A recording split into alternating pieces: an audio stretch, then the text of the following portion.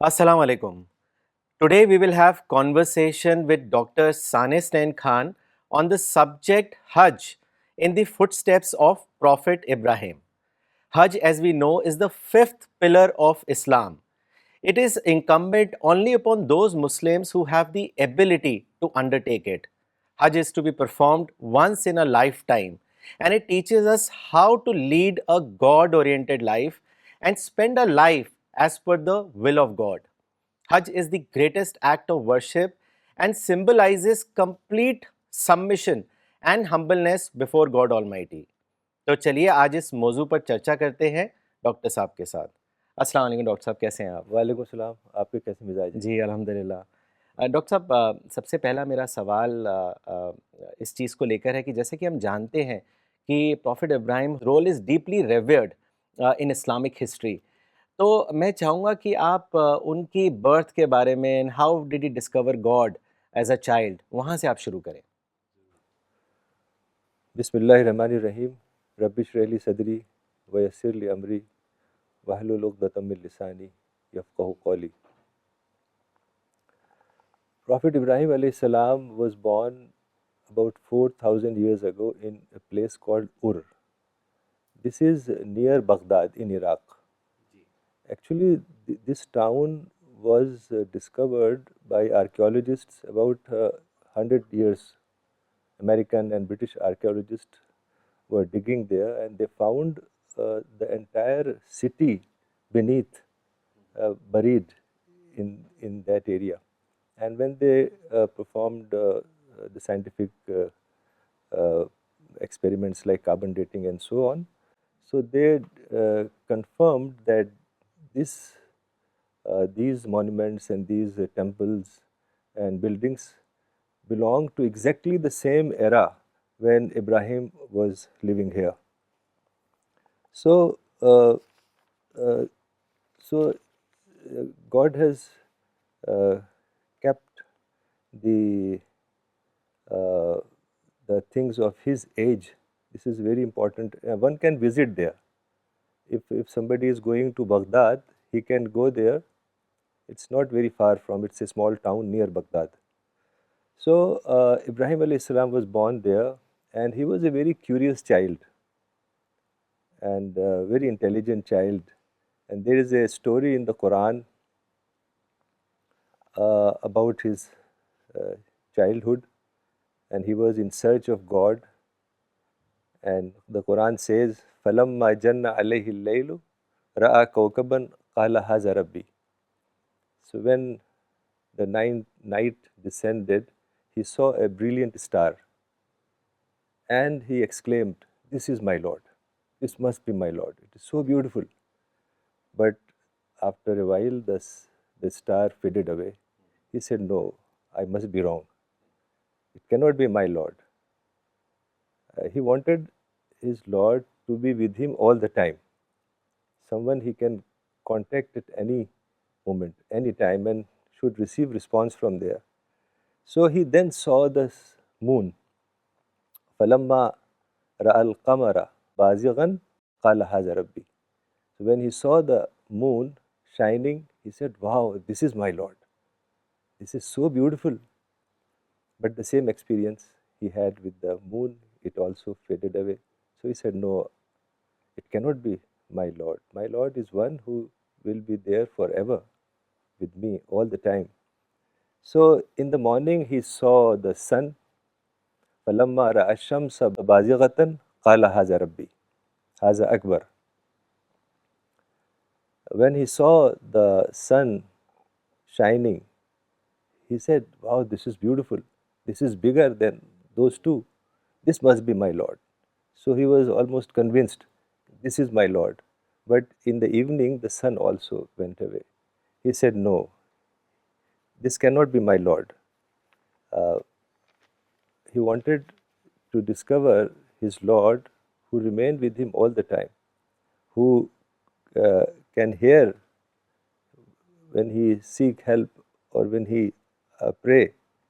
So he finally said, "My Lord," when he looked around, he looked at the sun and the moon, the star, planets, all the phenomena of nature. He said, "My Lord is the creator of all these things." And so this is the story of a child. He was a very curious child, and he was a thinking child. Right from the young age, he was thinking. And this is the only way to discover the Creator, not for children, but for everyone. And the Quran says, "Inna fi khalq samawati wal ardi wa ikhtilafil layli wan nahari la ayatin li ulil albab." In the alternation, in the creation of the heavens and earth, and in the alternation of night and day, there are signs of people who think. So, Quran uh, tells us that if you want to discover God, you have to contemplate on the nature. Maulana always told us about it, that the signs of universe inspire us, and through deep contemplation, deep thinking, we can discover the Creator. So this was the story, though it was a child's story, how he discovered his God. But I think this is a lifelong thing for all of us, that we should contemplate and think deeply. Then only we can understand the higher realities.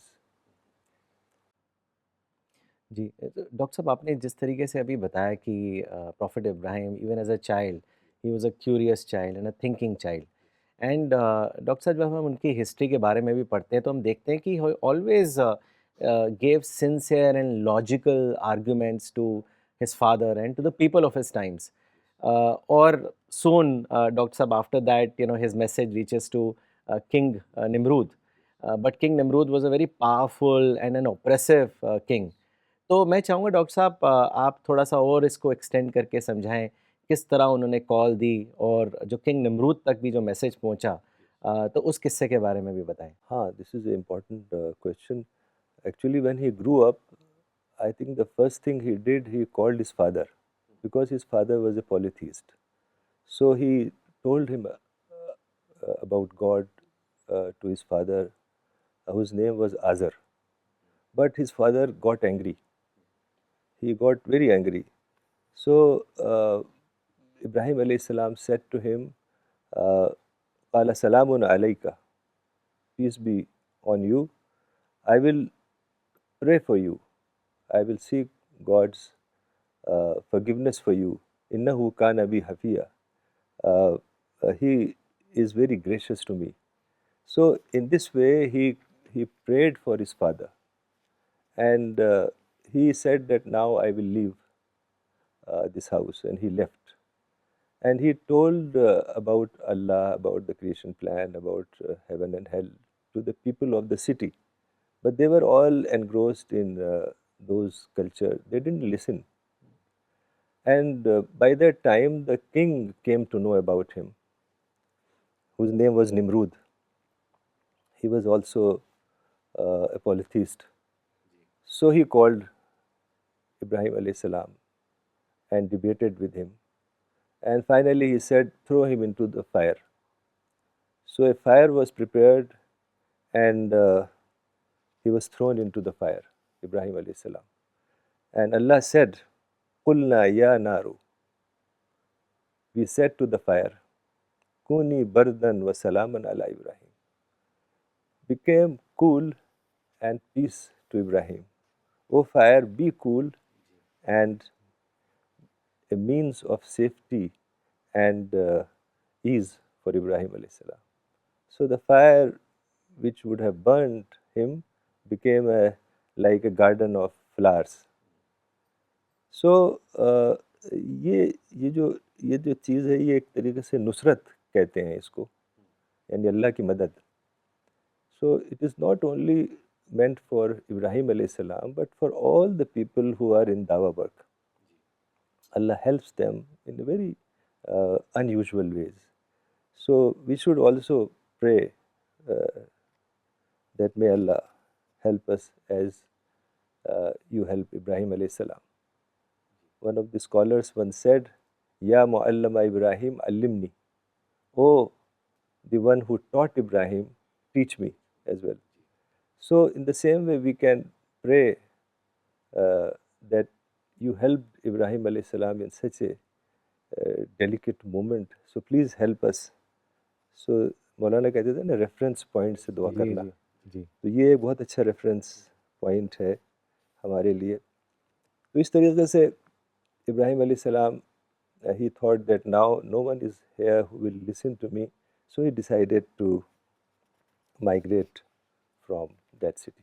جی تو doctor صاحب اسی پر میں آنا چاہوں گا. Migrate to other city, he undertook migration as we understand from his life, and he made very hard دعویٰ efforts. In fact doctor صاحب his unwavering commitment in spreading the message of monotheism is a cornerstone of Islamic teachings. تو میں چاہوں گا doctor صاحب ان کے migration, ان کے دعویٰ efforts, اس کے بارے میں آپ ہم سب کو بتائیں.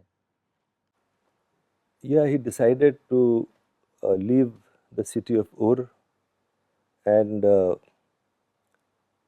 his wife, whose name was Sarah, she accompanied him, and his nephew, whose name was Lut, he was also a prophet.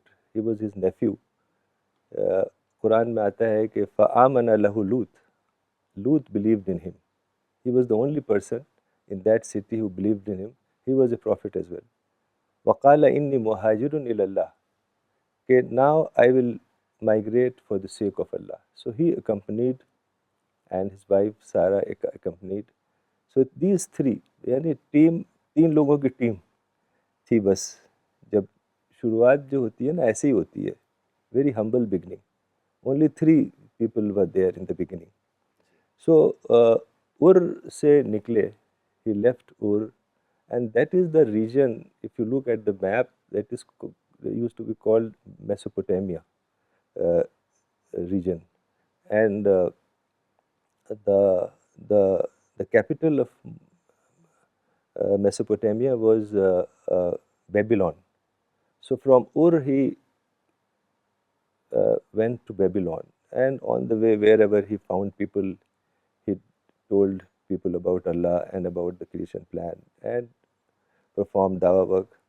So he stayed in Babylon for some time, and then he traveled to Haran. There's a place called Haran, it's now in Turkey. So he went there and he stayed there for some time and informed people about the message of Islam. And from Haran he went to Damascus in Syria, which is now in Syria. There also he stayed some time. And from Damascus he traveled to Canaan, which is in Palestine. So finally he settled in Palestine, and he lived there for a long time. Some people say that he also traveled to Egypt, but not very authentic. We don't find any authentic sources, but it is sometimes said. Particularly the Christian literature, they say that Ibrahim alayhi salam went to Egypt as well. So in this way, his entire journey was solely for the purpose of dawah. Wherever he went, he told people about the creation plan, about the life and death, about the day of judgment, and what will happen to a person when he dies, and what is hell and what is paradise. So this was his sole concern, to tell people, to inform people about the reality of day of judgment and life and death, and what will happen to. So he continued to do this work for a very long time, and he was in that area, was traveling a lot. Actually, in those times, that was the only area where people were living around Mesopotamia, the region. So he was continuously traveling and meeting people and informing people. So his life was solely, his concern was only dawah. So he was so dedicated that he spent throughout his life, entire life, on in the field of dawah. Ji. And Dr. Saab, talking of travel, another significant narrative in the Islamic tradition is Prophet Ibrahim's travel to Mecca and the miracle of Zamzam. This also illustrates the theme of Dr. Saab, faith, obedience and divine providence. تو میں چاہوں گا کہ آپ ان کے travel to مکہ اور جو ایک miracle ہے زمزم کو لے کے جیسے ہم جانتے ہیں اس کے بارے میں آپ ہم سب کو بتائیں. Yeah, this is a very interesting question because Ibrahim alayhi salam was ordered by God to travel to Makkah. And at that time, Ismail was born. He was like an infant. And Hajara, Ismail alayhi salam's mother. So again, these three people started from Palestine, and angel Jibril was guiding them. So probably they were traveling on a mule or some kind of donkey. So three of them, Ibrahim alayhi salam, Ismail alayhi salam, who was just a child, an infant, and Hajara radiallahu anha. So they traveled with angel Jibril, and whenever a town or a small village passed, Ibrahim alayhi salam was in joy would ask Jibril that, is this the place where God wanted us to go? So Jibril said, no, you have to go further. You have to go further. So every time some town or some village or some city they pass through, Ibrahim would think that this is the place where God wanted us to go, but Jibril said, no, we have to go further and further. And it was a very long and tiring journey. And finally, they reached to a place which was kind of barren, uncultivated, no humans, no trees, only sand, stones, and some mountains here and there. So Jibril said, this is the place where God wanted you to go. So they were very tired. Hajara must have been very tired. So Ibrahim alayhi salam said to Hajara, you sit under that tree with Ismail, and he gave some dates in a sack and a water skin with some water, and she started to go away. So Hajara got up and followed him and said, why you are leaving us here alone? There is no human being, there is no water, there is no food, there is nothing. So how can we survive? But Ibrahim alayhi salam didn't reply. He kept quiet. So she asked the same question again. And still Ibrahim alayhi salam didn't say a word. And then she again, 2-3 times, she asked the same question, how can we survive in this place and you are leaving us alone? So finally Hajara asked Ibrahim alayhi salam, has God ordered you to do this? Ji. So Ibrahim alayhi salam said yes. He said yes. So Hajara said, then God will not waste us. That was the trust. That was the trust. Because of that, today all the pilgrims walk her footsteps, which is amazing. So Ibrahim alayhi salam walked a little further, an area which is called Thaniya. So there he stood, and from there Hajara could not see him, little far, and he raised his hands and prayed.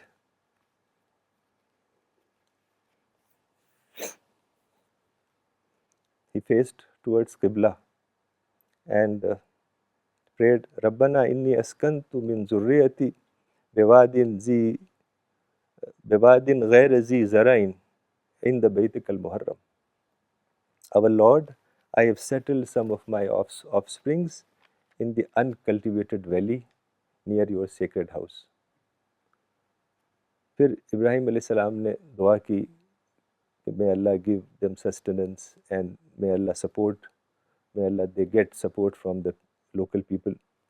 So in this way, Ibrahim alayhi salam prayed and left Makkah. So Hajara continued to feed the baby, but the dates and the water that Ibrahim alayhi salam gave her finished very quickly, and the baby was thirsty, and she started crying. He started crying, and she was also thirsty and hungry as well. So when she saw, Hajara saw Ismail crying a lot, he was crying heavily for water. So she got up and left the child there and tugged her garment, her robe, and she started running. And there was a little hillock which we call Safa. So she ran there. It was a valley at that time. From Safa and Marwa, there was a valley. This is Safa, this is Marwa, and there was a valley. Now it is flattened. Ji. Now it is inside the Grand Mosque. So she went up on the Safa mountain, and she looked around like this.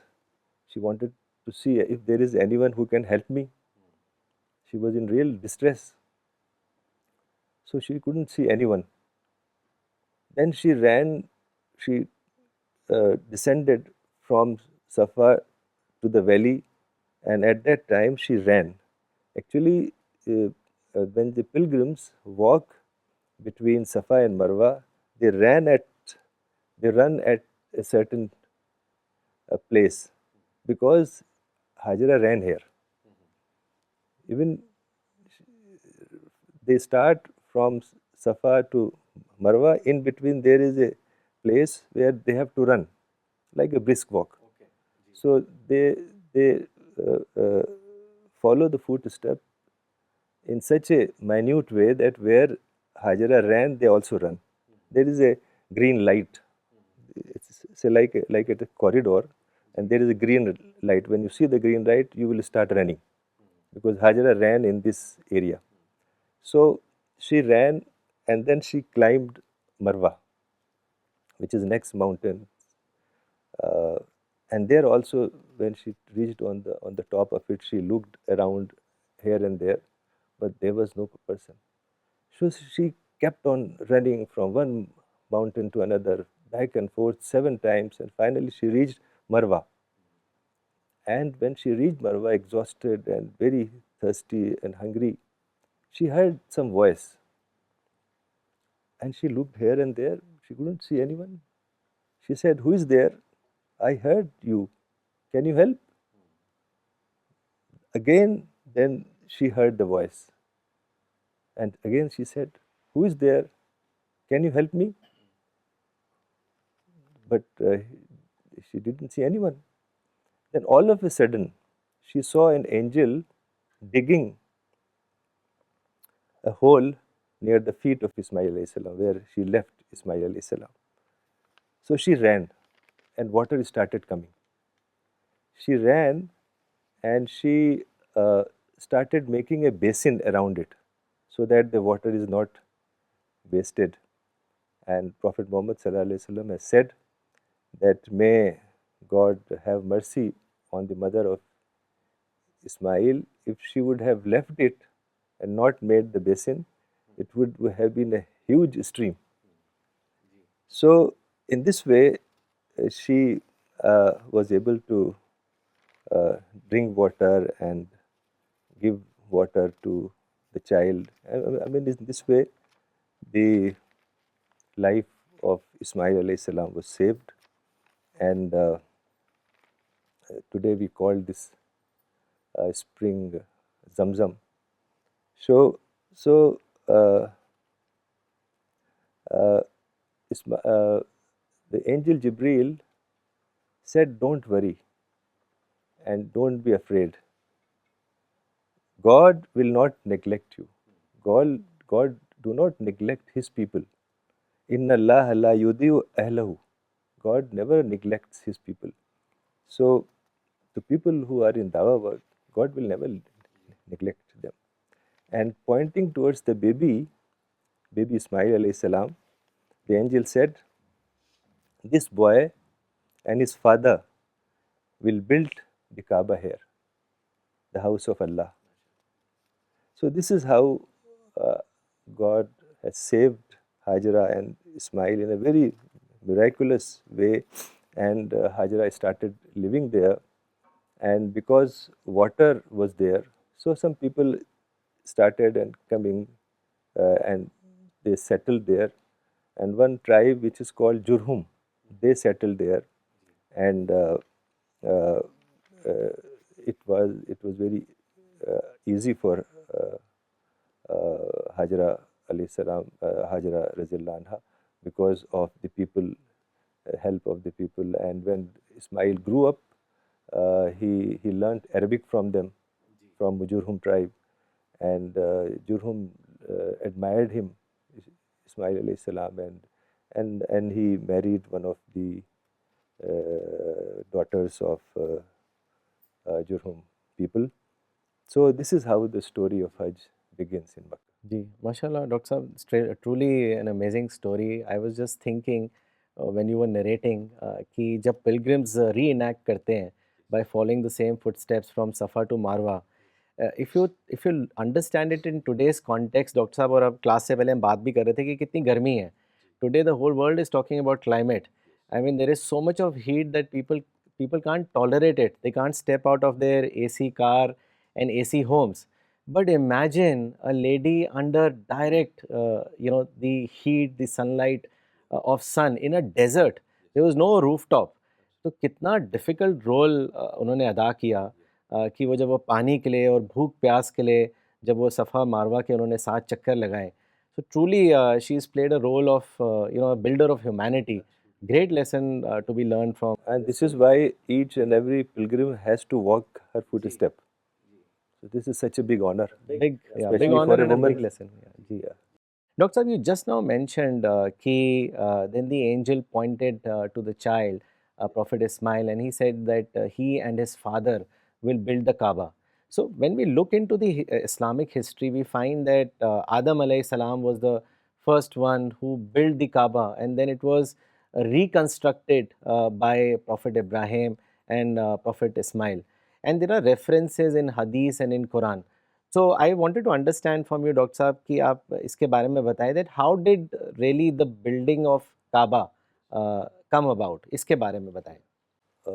About Adam alayhi salam building the Kaaba, that is a weak narration. Okay. Yeah, this is not authentic. G Kaaba was built by Ibrahim alayhi salam. That is for sure. G And when Ibrahim grew, one day, when Ismail grew, one day Ibrahim alayhi salam came to Makkah, and he saw him sitting under a shade of a tree, and he was sharpening his arrows because he was a hunter.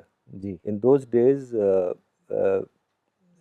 he used to hunt some animal like rabbit or something, and they would roast and eat. So that was the food, because there was no cultivation, nothing. So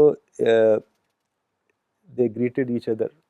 He got up, Ismail alayhi salam got up and greeted his father, and his father greeted his son. And Ibrahim alayhi salam said, God had ordered me to do something. So Ismail alayhi salam said, do what your Lord has ordered. You must do it. So Ibrahim alayhi salam said, will you help me? He said, of course I will help you. So he said, Allah has ordered me to build a house here, meaning Kaaba. So he pointed to a place which was little higher. So he said, here we will build the Kaaba. So they started building the Kaaba. And as Ismail alayhi salam was young, he used to ride a horse also. So he brought the stones from the nearby mountains. Like he brought stones, and Ibrahim alayhi salam started making the foundation. So in this way, Kaaba, they started to build the Kaaba. And when it was slightly raised, Ibrahim alayhi salam was not able to fix it because it was high. So Ismail alayhi salam brought a stone, big stone, and put it there, and Ibrahim alayhi salam would stand on that, and he built the rest of the Kaaba. Ji.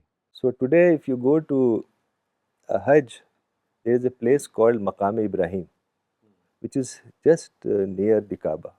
It's in a golden kind of structure. So there are some stones which are believed that these are the stones on which Ibrahim alayhi salam stood. So they have preserved it. So in this way, when the Kaaba was completed, Ibrahim alayhi salam said to Ismail, go and bring a stone which is a different color, not the same color which we are using. So he searched all around and found a black stone. So he brought. So Ibrahim alayhi salam liked it, and he put it on one corner of the Kaaba, so that people can start from here the tawaf. That was only reason he put it. So uh, as we know, Prophet Muhammad sallallahu alaihi wasallam also placed it because it was fallen because of some flood, etc. So when the Kaaba was ready and they placed the black stone, so Ibrahim alayhi salam and Ismail alayhi salam for the first time made tawaf. That was the first time they made tawaf, and they said, and the Quran says, وَإِذْ يَرْفَعُ إِبْرَاهِيمُ الْقَوَاعِدَ مِنَ الْبَيْتِ وَإِسْمَاعِيلُ رَبَّنَا تَقَبَّلْ مِنَّا إِنَّكَ أَنْتَ السَّمِيعُ الْعَلِيمُ. When Abraham and Ismail were laying foundation of the Kaaba, they prayed, our Lord, accept this from us. You are all hearing, all knowing. وَتُبْ عَلَيْنَا إِنَّكَ أَنْتَ التَّوَّابُ الرَّحِيمُ. And forgive us, you are the forgiving one, the merciful. تو اس طرح سے کعبہ کی تعمیر ہوئی, کعبہ بن کے تیار ہوا, اور آج آپ دیکھتے ہیں millions of people go there from around the world. So, Dr. Saab, like you explained the building of Kaaba, and then after that it was followed by call for Hajj, which was given by Prophet Ibrahim. That also marks the beginning of pilgrimage to Mecca. And like you rightly mentioned, that millions of Muslims from all over the world, they gather in Mecca, demonstrating the spirit of unity, obedience and faith. تو doctor صاحب میں چاہوں گا یہ call for حج جو دی گئی after the Kaaba was built, اس کے بارے میں آپ ہم سب کو بتائیں. Yes, when the Kaaba was ready, Allah told Ibrahim alayhi salam to call people to come here and perform Hajj. And the Quran says, وَأَذِّن فِي النَّاسِ بِالْحَجِّ يَأْتُوكَ رِجَالًا وَعَلَى كُلِّ دَامِرٍ يَأْتِينَ مِنْ كُلِّ فَجٍّ عَمِيقٍ. Call the mankind to Hajj, they will come on foot and on every kind of lean camel. Lean camel means they are coming from a distance, from far, so the camel will obviously become lean and thin, and they will come from every nook and corner of the planet. So Ibrahim said, oh Allah, there are no people here. There is nobody.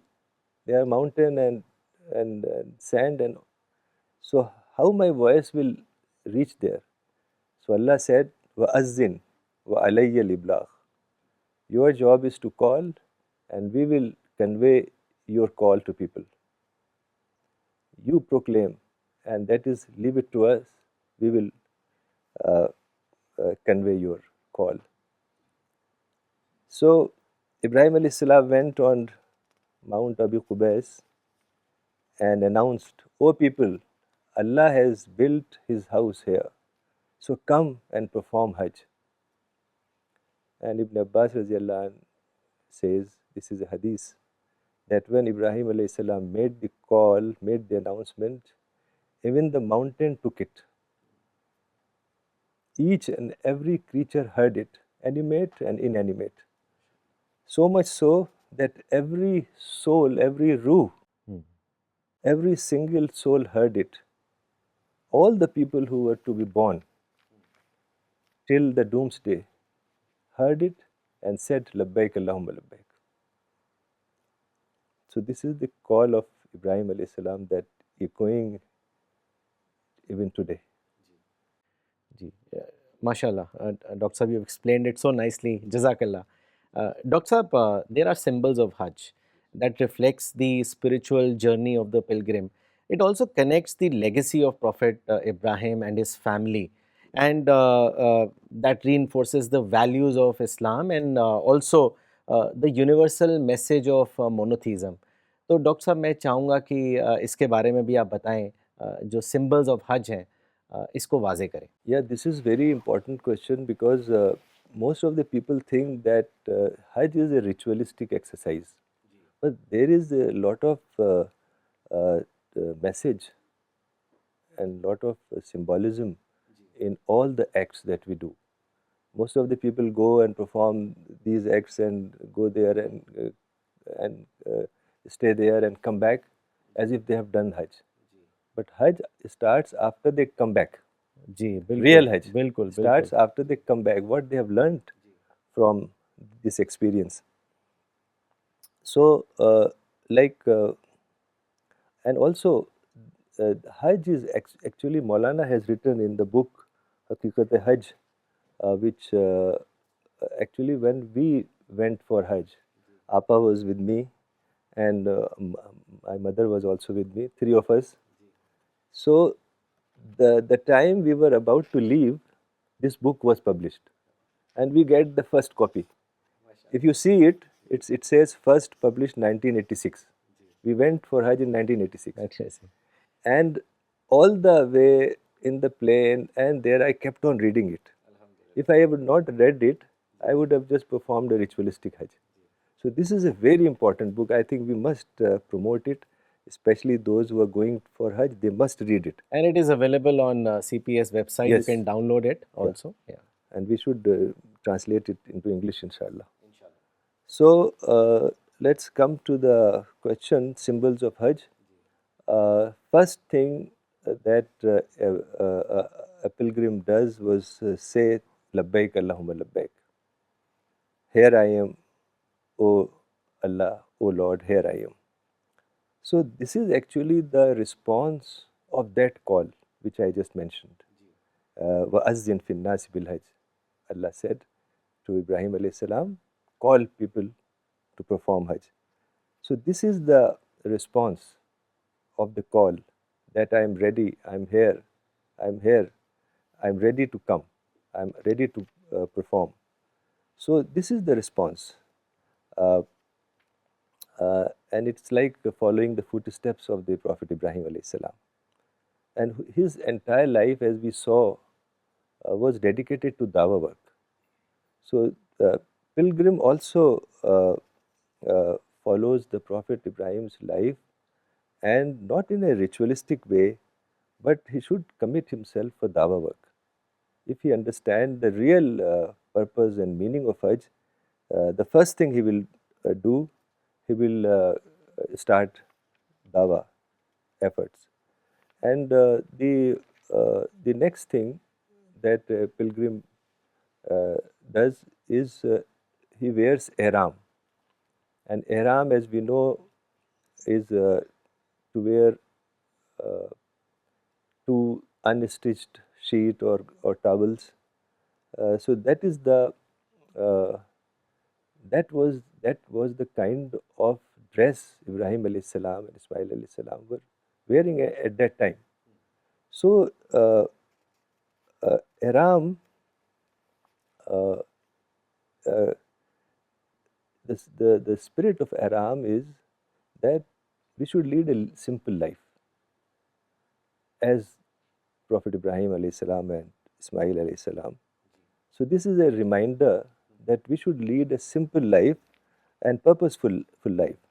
Also ihram, as you know, all the people, whether rich or poor, king or a very ordinary man, they will have to wear the same cloth, the same garment, two unstitched. So this also shows that uh, what is important is faith and trust in Allah, not position. In the eyes of God, all are equal. So this also gives uh, meaning that of equality, the lesson of equality. All people are same in the eyes of God, and the simple life and purposeful life uh, as taught by Ibrahim alayhi salam. So the pilgrim tries to imbibe that uh, that teaching, and then the pilgrim goes around the Kaaba, which is called tawaf. So tawaf, going around the Kaaba, is like as the planets revolve around the sun. G They don't distract, they don't deviate. They just do the same. They run on the same course which is uh, given to them by God. So that is the spirit of tawaf, going around the Kaaba 7 times, that you will lead a purposeful life. And the most important aspect of Hajj is Hazrat Ibrahim's dawa life. All the rituals that a pilgrim performs in Hajj is actually reenactment of Hazrat Ibrahim alayhi salam's dawa life. So if we understand that Hajj is not a ritual, Hajj is not just doing a few rituals and you come back, but there is a deep purpose behind it, and that deep purpose is that you will lead your life according to Hazrat Ibrahim alayhi salam's dawa life and dawa efforts. So you will follow the same footstep. Following the footsteps of Ibrahim alayhi salam means that you will also, your mission will be also dawa. As the mission of the Prophet Ibrahim alayhi salam throughout his life, he was doing nothing except dawa. So next is sa'i, which is going back and forth from Safa and Marwa 7 times, as we just mentioned about Hajra radhiyallahu anha. So this act is also reminds the pilgrims the struggle of Hajra and Hazrat Ibrahim alayhi salam's family, because they had to endure all these difficulties for the sake of God. So in the same way, the pilgrim also should be ready to perform dawa for the sake of God, and whenever there is a need to run for the sake of God, he would run for the sake of God, for the sake of dawa. So this also shows the importance of dawa, that Hazrat Hajra, Hazrat Ibrahim alayhi salam, they came there, and now we follow their footsteps. Following the footsteps doesn't mean that we will just walk back and forth between the two hills and that is the end. You have performed Hajj, you have performed Umrah. No, you have to understand the real meaning of Hajj, the real purpose of that going back and forth. So, so all these acts are symbolic in nature, but there is a deep purpose in it. And the deep lesson which we get from Sa'i, from going back and forth these two small hills, Safa and Marwa, is that we have to perform dawa. We have to do the same, we have to follow the same mission which was the mission of Ibrahim alayhi salam, Hajra alayhi salam. If we follow their footstep, that doesn't mean we'll literally go and come back. Yeah, that means that you have to follow their life, what they have done, what was their work. We have to understand that. So that is nothing but dawa. And the pilgrims stay for a few days in tents. They don't know why we are staying in the tent. Tent में रहते हैं, हम भी tent में रहे थे कुछ दिन, लेकिन वो समझते हैं कि ये एक रिचुअलिस्टिक वो है, ایک طریقہ ہے. ان کو یہ نہیں پتہ کہ ٹینٹ میں رہتے کیوں ہیں. ٹینٹ میں اس لیے رہتے ہیں to experience the life of Ibrahim علیہ السلام. تو یہ and also simplicity. We will the pilgrim, it is a reminder for the pilgrim that he will lead a simple life as led by Ibrahim alayhi salam, Ismail alayhi salam, Hajra. And our purpose of life will be dawah. So we will dedicate ourselves for the cause of dawah and lead a very simple life. So living in tents in Mina is actually the purpose and the meaning and the message which we get from it, that we will lead a simple life and our focus will be dawah work, as we have just understood and learnt from life of the Ibrahim alayhi salam. And there one more act is performed in Mina. It is called Rami, throwing pebbles at symbolic satans. میں نے دیکھا ہے وہاں کہ جو لوگ ہوتے ہیں وہ سمجھتے ہیں کہ شیطان وہیں کھڑا ہے. شیطان اتنا بیوقوف نہیں ہے کہ وہ کھڑا ہو کے کنکریاں کھائے, وہ تو بھاگ جائے گا. وہ پتھر مار رہے ہیں اور سینڈلس مار رہے ہیں. یہ this is not the act. There is a symbolism in it. And the symbol, what is the symbol of رمی, what is the meaning of Rami, is to pledge that whenever Satan will attempt to misguide them and to do something bad, they will mentally throw a pebble on the Satan. Yeah. So this is the message which we get. شیطان وہاں نہیں کھڑا ہے. شیطان تو آپ کے ذہن پہ ہر وقت اثر کر رہا ہے. اس وقت آپ کو چوکنا ہونا ہے کہ شیطان کو بھگانا ہے. تو اس میں آپ کو بہت ہی کوشش ہونا پڑے گا. You have to be very very careful. And there is a beautiful دعا in the Quran, how to if the Satan misguides you, you should read this beautiful dua. Allahumma inni, slight difference I have made in the beginning, so making it a personal dua. Allahumma inni a'udhu bika min hamazati shayateen wa a'udhu bika rabbi an yahdurun.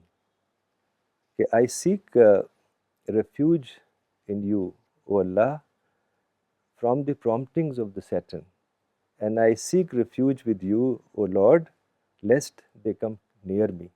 So this is a beautiful dua. Whenever you have any doubt, any feeling that Satan is disturbing you, so Satan will run away once you pray this with understanding. Allahumma inni a'udhu bika min hamazati shayateen wa a'udhu bika rabbi an yahdurun. تو یعنی آپ ذہن کے level پہ سوچ کے آپ سمجھ سکتے ہیں کہ اس وقت شیطان مجھے بہکا رہا ہے, وہ غلط راستے کی طرف مجھے لے جا رہا ہے. تو یہ وقت ہوتا ہے to throw pebbles on the Satan. And this prayer is beautiful, it will be very helpful. ایسے ہی مینا میں سیکریفائس ہوتا ہے, اینیمل سیکریفائس. میں آج کل دیکھ رہا ہوں کہ لوگ زیادہ کئی بکروں کی قربانی کرتے ہیں. وہ سمجھتے ہیں جتنے زیادہ بکرے ہوں گے اتنے ثواب زیادہ ہے. حالانکہ ایک فیملی میں مولانا نے کہا تھا کہ ایک فیملی میں ایک قربانی کافی ہے. جی, یہ ایک سمبولک ایکٹ ہے. جو اصل چیز ہے that you should sacrifice your time, your energy, your money, your wealth for the sake of God. اگر آپ قربانی سے یہ سبق حاصل کریں کہ آپ کے اندر قربانی کی اسپرٹ جاگ جائے, تب تو یہ ہے صحیح. ورنہ وہ ایک ریچول ہے, تو اس میں کتنے زیادہ بکروں کی ضرورت نہیں ہے, ایک کافی ہے. اسپرٹ ڈیولپ کرنا ضروری ہے کہ حضرت ابراہیم علیہ السلام اور اسماعیل علیہ السلام کی جو لائف تھی اس کو سمجھنا, اور جو قربانیاں انہوں نے دیں, آپ نے دیکھا کس طریقے سے وہ بچے کو چھوڑ کے چلے گئے. تو بہت ہی بڑا لیسن ہے that we can learn at Mina while sacrificing animal, that we will sacrifice, actually اپنا sacrifice ہوتا ہے. تو ایک سمبل ہے تاکہ لوگ یاد رکھیں. اگر یہ سمبل نہ ہوتے تو لوگ یاد نہیں رکھتے. سمبل صرف یاد رکھنے کے لیے. So one sacrifice himself, his time, his energy, his wealth, his efforts for the sake of God, for the sake of Dawah. That is what needed for all these. There is a message, there is a meaning behind all these symbolic acts. So we should understand that. That is more important. ایسے ہی عرفات کا جو plane ہے وہاں سارے حاجی جمع ہوتے ہیں. You can understand more than 2 million, maybe 2.5 million, which is a awesome scene. And all the pilgrims standing there. There we have to stand for about half of the day, from afternoon to evening. And they are crying and weeping heavily. All the hajis are crying and weeping and making dua. Very, very awe-inspiring, spectacular scene that reminds us of the Day of Judgment. یعنی ایسے ہی Day of Judgment میں سارے انسان, the entire humanity will stand in front of God and God will judge us. May Allah make easy for us on that day. And the spirit of Arafat is the most important because Prophet Muhammad sallallahu alaihi wasallam has said, Al-Hajj Arafah. The presence in Arafat is Hajj, which is very important. Its meaning is very important. If Hajj is Arafah, then there must be some very important lesson that we have to learn from this act. And Prophet in his last sermon in Arafat said, فَلْيُبَلِّغُ الشَّاهِدَ الْغَائِبَ. Very simple sentence. Let the present ones inform the absent ones. Very simple, very meaningful. And this sentence which he said will remain till the Day of Judgment for all of us. If we have received the message of the Quran, it is our responsibility to share the Quran to people. And I think everyone should keep copies like this, Quran in Urdu, Quran in English, and Quran in Hindi. You meet people, آپ کے دوست ہیں, آپ کے احباب ہیں, آپ کے پڑوسی ہیں, آپ کے دوست ہیں, آپ کے کولیگز ہیں. وہ بہت خوشی لیتے ہیں ڈاکٹر صاحب, کوئی منع نہیں کرتا. تو یہ ہے عرفات کا میسج کہ آپ قرآن کے پیغام کو لوگوں تک پہنچائیں. جو رسول اللہ صلی اللہ علیہ وسلم نے کہا تھا فَلْيُبَلِّغِ الشَّاهِدُ الْغَائِبَ. Let those who are present inform the absent. اور اس کا کیا اثر ہوا اس وقت؟ یہ کتابوں میں آتا ہے کہ جب یہ بات کہی رسول اللہ صلی اللہ علیہ وسلم نے تو صحابہ کا یہ حال ہوا کہ جس کا گھوڑا جدھر تھا وہ ادھر ہی چلا گیا, جس کا اونٹ جدھر تھا ادھر ہی چلا گیا. تو وہاں سے صحابہ, اگر آپ جائیں مدینہ میں بہت کم قبریں ہیں, بہت کم قبریں ہیں. زیادہ تر صحابہ نکل گئے پوری دنیا میں اور انہوں نے دعوتی کام کیا. ایسے رسول اللہ صلی اللہ علیہ وسلم نے فرمایا تھا ان اللہ بعثنی رحمۃ للناس کافہ فأدوا عنی. God has sent me as a mercy for the mankind. So convey from me. تو یہ بہت بڑا میسیج ہے حج کا بھی اور خاص طور سے عرفات کا کہ ہمیں رسول اللہ کی یہ بات یاد رکھنی ہے کہ let the present convey to the absent. Very simple. So it is our job, it is our responsibility that lifelong we should convey the message of the Quran, the message of Islam to people. آج کل تو بہت آسان ہو گیا ہے, آپ PDF down load کر سکتے ہیں, آپ بھیج سکتے ہیں. CPS گلوبل کی سائٹ پہ ساری چیزیں موجود ہیں, مولانا کی بکس موجود ہیں, قرآن about 50 لینگویجز میں موجود ہے.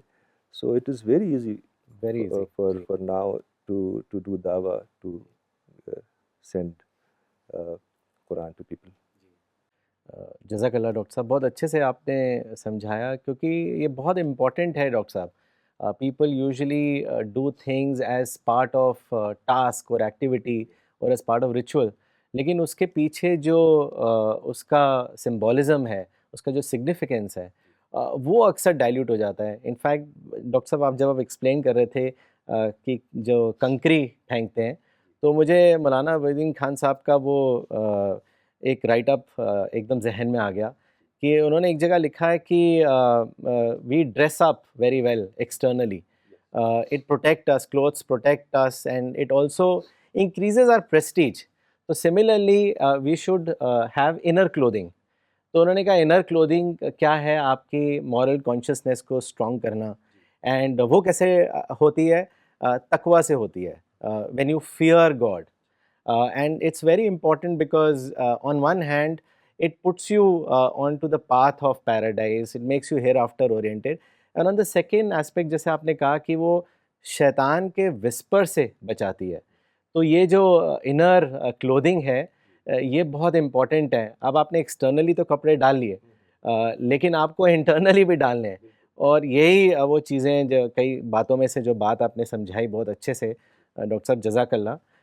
And Dr. Saab, that also brings us to the last question because you have to release 6 books of Maulana Wahid uddin Khan صاحب. تو میں کوئکلی لاسٹ کویشچن آپ سے پوچھنا چاہوں گا. اس کا آپ نے انفیکٹ ابھی ریفر بھی کیا آپ نے جواب میں, آپ نے کہا کہ حج از دا ری انیکٹمنٹ آف دعویٰ life of profit Ibrahim.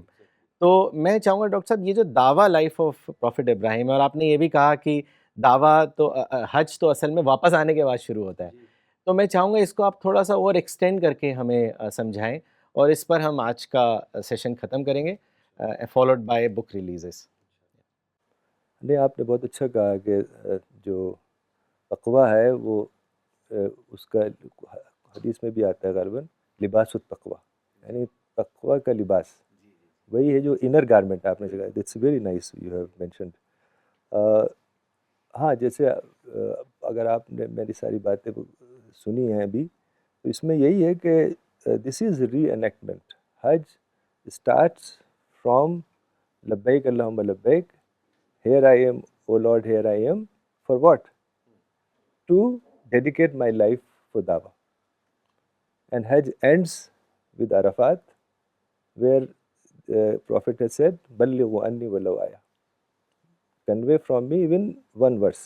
Even the smallest act that you will do for the sake of God will be counted. So this is, in fact, the entire Hajj is reenactment of the dawah life of Ibrahim alayhi salam, so that we can also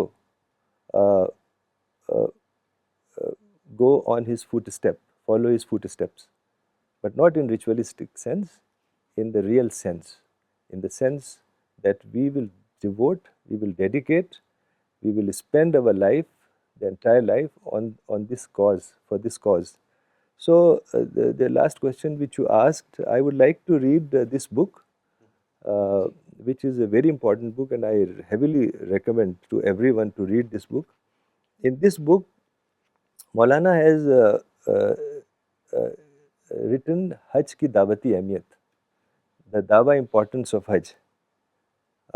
And Maulana said that Hajj is a dawah conference, gathering of da'is in Makkah to reenact dawah life of the Prophet Ibrahim alayhi salam. تو میں اس کا ایک مضمون کا حصہ پڑھتا ہوں which I really like a lot. حج ایک دعوتی ادارہ, حج and a دعوتی انسٹیٹیوشن, a دعوی انسٹیٹیوشن. حج ابراہیمی تاریخ کا اعادہ ہے. حضرت ابراہیم, اعادہ means reenactment of the history of Ibrahim علیہ السلام. حج حضرت ابراہیم علیہ السلام کے ذریعے دعوت حق کی جو عالمی منصوبہ بندی کی گئی, انٹرنیشنل پلاننگ, اس کے مختلف مراحل کو حاجی علامتی طور پر سمبولک وے میں دہراتا ہے. ہی ریپیٹس ان اے سمبولک وے, اور اس طرح خدا سے یہ عہد کرتا ہے, ہی پلیجز وتھ گاڈ, کہ وہ اپنے آپ کو اس ربانی مشن میں لگائے گا. He pledges with God that he will lead his life in this, dedicate his life in this mission of God, جس میں حضرت ابراہیم نے اپنے آپ کو لگایا, اور ختم نبوت کے بعد نبوت کا کام کو اسی طرح جاری رکھے گا جس طرح خدا کے پاک پیغمبر نے اس کو انجام دیا. یعنی the prophet and صحابہ, the way they have performed دعویٰ, we will also continue and work in the same direction. خدا کے دعوتی منصوبے کی تکمیل کے لیے حضرت ابراہیم اپنے وطن سے نکلے. اسی طرح حاجی بھی اپنے وطن سے نکل کر زبان حال سے یہ کہتا ہے کہ وہ دین کی خاطر بے وطن ہونے کے لیے تیار ہے. انہوں نے بالکل سادہ اور معمولی زندگی پہ قناعت کیا, contented on a very simple life. قناعت کی. اسی طرح حاجی احرام باندھ کر یہ عزم کرتا ہے کہ وہ صرف ناگزیر ضرورت پر اکتفا کر کے اپنی توجہ کو اصل مقصد کی طرف لگائے گا. یعنی بیئر منیمم پہ وہ راضی ہوگا and his attention will be on the purpose of دعویٰ. انہوں نے کعبہ کے گرد طواف کر کے خدا کے ساتھ اپنی وفاداری کو استوار کیا. اسی طرح حاجی بھی کعبہ کا طواف کر کے خدا کا وفادار ہونے کا اعلان کرتا ہے. دینی تقاضوں میں مصروف ہونے کی وجہ سے ان کے اہل خانہ پر یہ حالت گزری کہ پانی کی تلاش میں وہ صفا اور مروہ کے درمیان دوڑے. اسی طرح حاجی دونوں پہاڑوں کے درمیان سعی کر کے ظاہر کرتا ہے کہ خدا کے خاطر اس آخری حد تک جانے کے لیے تیار ہے جو اس کے گھر والوں پر یہ کیفیت گزرے جو ہاجرہ اور اسماعیل پر گزری. حضرت ابراہیم کو شیطان نے خدا کے کام سے ہٹانے کی کوشش کی تو انہوں نے اس کے اوپر کنکریاں پھینکی. اسی طرح حاجی علامتی طور پر سمبولک وے میں شیطان پر رمی کر کے پیبلز پھینک کے اس ارادے کا اظہار کرتا ہے کہ وہ بھی شیطان کے ساتھ یہی سلوک کرے گا اگر اس نے اس کو ورگلایا. حضرت ابراہیم کو خدا کی خاطر بیٹے کی جان تک پیش کرنی پڑی. This was a symbolic sacrifice, not real sacrifice.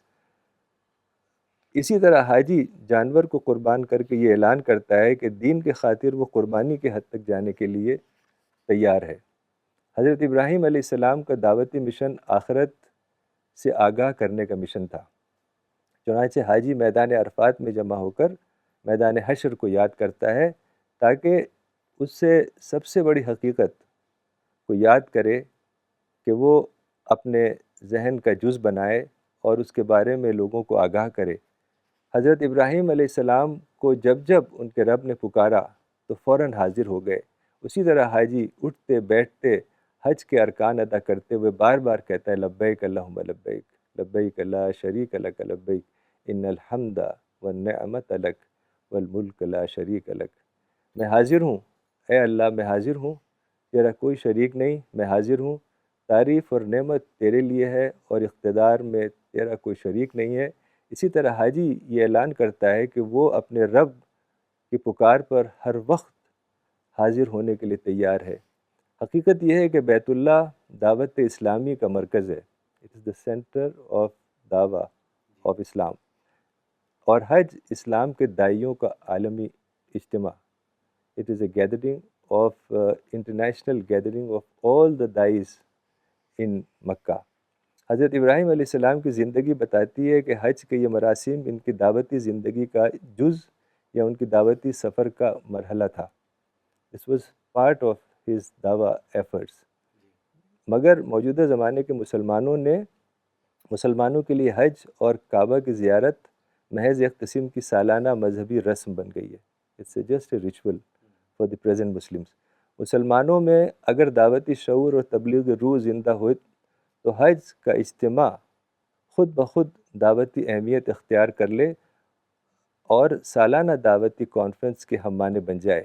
مگر جب مسلمانوں میں دعوتی روح ختم ہو جائے تو حج اسی طرح ایک بے روح عمل بن کر رہ جاتا ہے جیسا کہ وہ اس وقت مسلمانوں کے درمیان بنا ہوا ہے. وہ پتھر کے شیطان پر یعنی سمبولک پلرز پر کنکریاں پھینکتے ہیں, مگر زندہ شیطان کو زیر کرنے کے لیے کچھ نہیں کرتے. وہ علامتی اعمال دہراتے ہیں مگر حقیقی اعمال ریئل تھنگس کی ادائیگی کے لیے ان کے اندر کوئی جذبہ نہیں ابھرتا. تو یہ جو مولانا نے لکھا ہے میں نے خاص طور سے پڑھا اس کو کہ یہی ہے ریئل پرپز آف حج.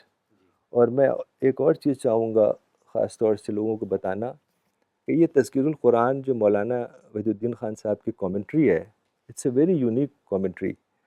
پہلی بات تو یہ کہ سنگل والیوم ہے. آپ جانتے ہیں تفسیر بہت لمبی تفسیر ہوتی ہیں اور یہ تفسیر اگر آپ پڑھیں گے اگر کوئی اس کی صرف سورہ الفاتحہ کی تفسیر پڑھ لے تو اس کو سمجھ آ جائے گا کہ یہ ایک بہت ہی یونیک تفسیر ہے.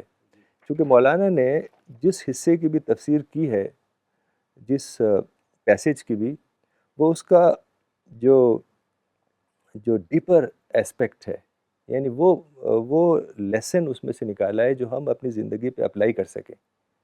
عام طور سے لوگ تلاوت کرتے ہیں عربک میں. عربک ایک فارن لینگویج ہے, یہ سمجھنا چاہیے ان کو اپنی مدر ٹنگ میں قرآن کو پڑھنا چاہیے, قرآن کا ٹرانسلیشن پڑھنا چاہیے. تلاوت اچھی چیز ہے لیکن صرف تلاوت کافی نہیں ہے. وہ ایک فارن لینگویج ہے, وہ ہم پوری طرح سمجھ بھی نہیں سکتے.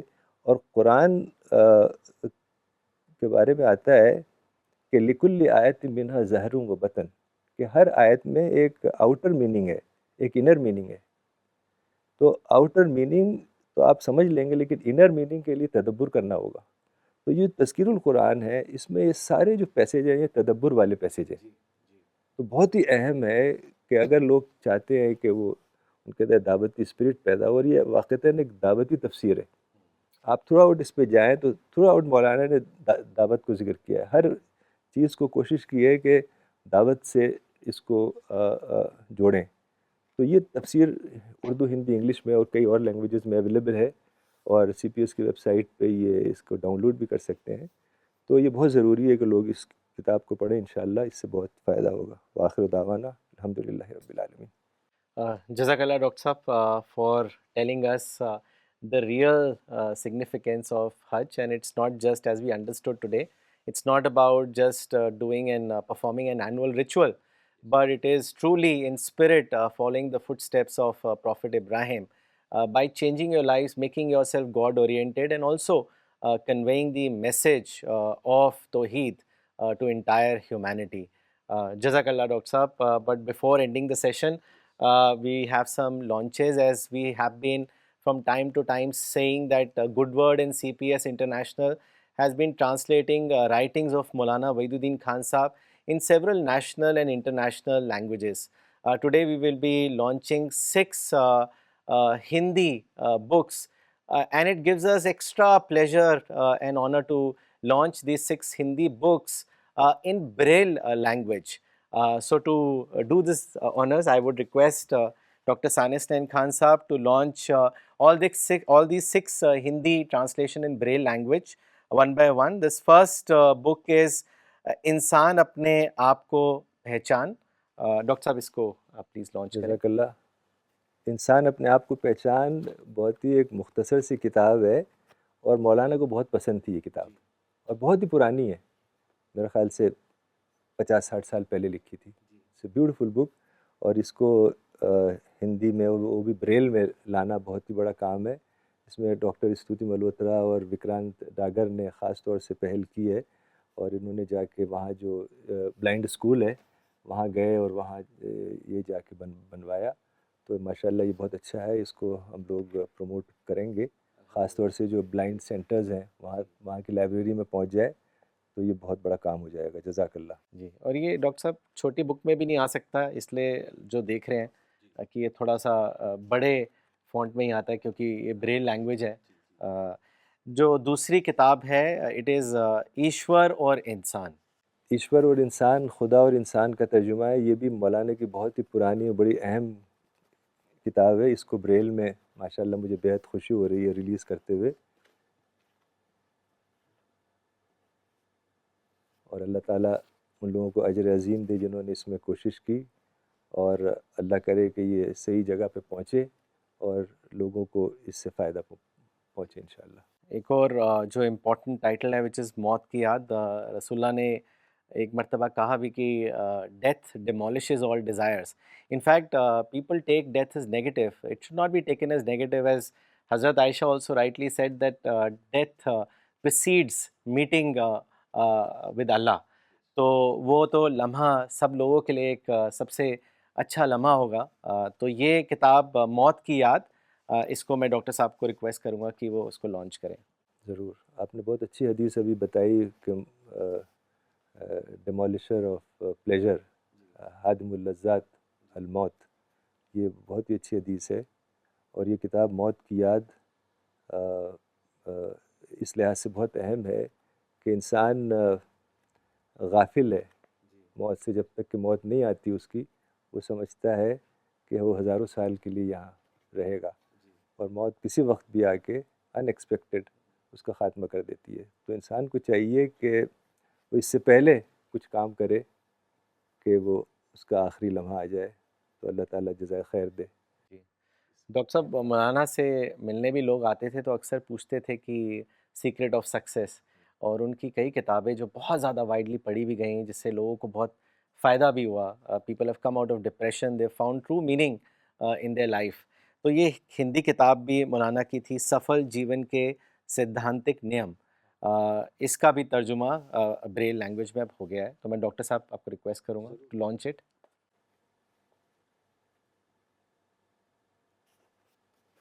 یہ بھی بہت اچھی کتاب ہے, سفل جیون کے سدھانتک نیم. اگلا ٹائٹل بھی ڈاکٹر صاحب بہت امپورٹنٹ ہے, سچا راستہ. There are so many roads that lead you either to the path of righteousness or it derails you from that path. تو سچا راستہ ہر ایک انسان کی ایک خواہش ہے, اور وہ زندگی بھر مسلسل اس کے لیے کوشش کرتا ہے. تو یہ ٹائٹل ڈاکٹر صاحب آپ پلیز لانچ کریں. جی,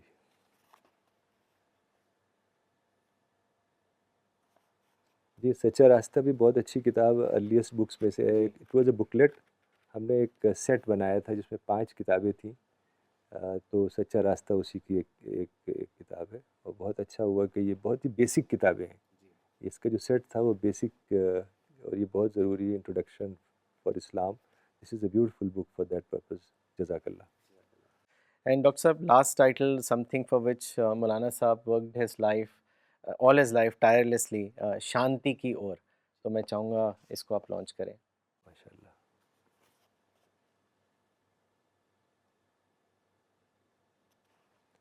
مجھے بہت خوشی ہو رہی ہے. یہ کتاب خاص طور سے چونکہ پیس کے اوپر ہے, یہ مولانا کے, جیسے آپ نے کہا, مولانا کا مشن ہی پیس تھا. چونکہ مولانا کہتے تھے کہ اگر پیس نہیں ہوگا تو دعوتی کام نہیں کر سکتے ہم.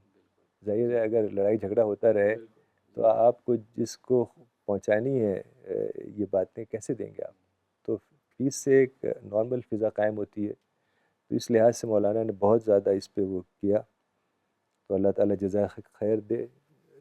جو یہ بہت کام ہوا, یہ بہت اہم کام ہے, اور انشاءاللہ اس سے لوگوں کو فائدہ ہوگا.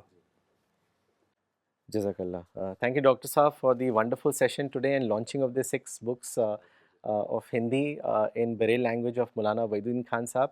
We'll be back next Sunday at 10:30 a.m. Thank you for watching CPS International Sunday program.